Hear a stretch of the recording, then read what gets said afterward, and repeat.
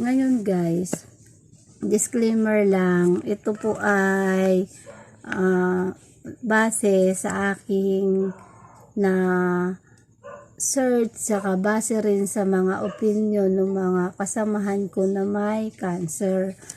So, ang mga bawal na pagkain guys sa may mga cancer, ito guys, nagkodigo talaga. Wow! Para hindi ako mablangko. Ano talaga siya guys, number 1 na pagkain ng cancer ay yung mga matatamis. Matatamis talaga siya guys. Yun ang number 1. Tapos, mga lahat ng matatamis guys, kung tutuusin, talagang lahat ng yung mga ma-sugar, yung mga, halimbawa, yung mga chocolates, soda, cookies, yung mga ganyan, mga fruit juices, yan, yung mga pastries, yung mga ganyan, tsaka energy drinks, yan, yung mga matatamis na mga pagkain, mga juice na hindi mo gawa, kahit paggawa mo pa, basta matamis, yan guys. Tapos, isang sumunod doon ay yung mga frozen. Yan, isa pa yan guys, mga frozen. Lalo na yung mga hotdog, tocino, mga ham, bacon, sausage, ayan, yan. Isa rin yan guys. Kabilang yan sa mga bawal, mga longganisa, etc. Ayan guys. Sa mga aware lang to guys. Aware lang din to sa mga hindi pa nang mag-iingat pa rin kahit sabihin na wala kang cancer. Kasi yung lifestyle ng tao, yun, parang yun yung nakakapadevelop ng cancer pag ikaw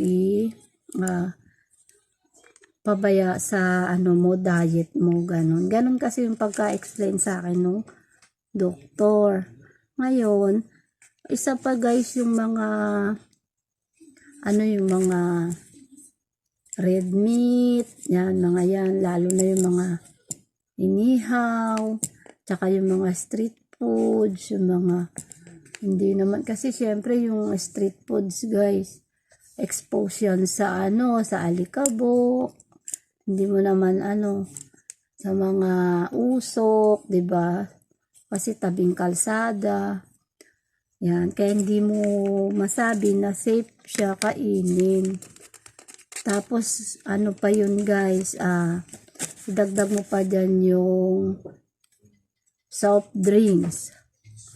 Tapos mga maaalat. Tapos pero guys, may isa pang pinakamatindi diyan. Maging aware ka. Ang stress, yan, isa pa yan sa may stress. Talagang pag stress talaga hindi mo na maiwasan, di ba? Tsaka guys, idagdag ko pala yung mga meron pa akong mga na-search din na nung ito talaga ay ginawa ko noon.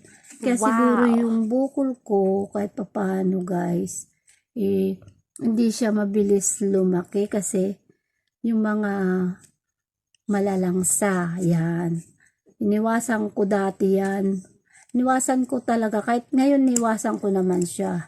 Number 1 na yung bagoong, hipon, hipon, bagoong, alimango, yung mga malalangsa. Tapos, isama mo pa dyan guys, yung itlog, tsaka yung manok, diba?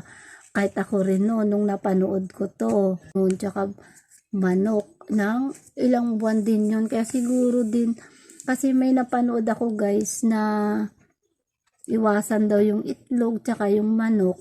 Kaya siguro yung bukol ko nun, hindi rin totally magang-maga. Kasi iniwasan ko talaga yun. Pero nung mga time na neto na, di ba, naoperahan na ako, nito lang ako kumain guys uli kasi sabi ko, pasaway. Wala ka nang makain. Kailangan mo magpalakas. Yun lang ang ko guys. nagbigay lang ako ng pahapyaw. So sana guys, ayun, nakatulong ang video ko na ito. Sana ay nakapulutan nyo po ng aral at sana ay i-like nyo po ito at i-share para makatulong tayo sa mga ating kapwa, sa mga ibang wala pang alam sa ganito, maging aware din sila. So yun lang guys, thank you for watching. Like and subscribe. Bye-bye.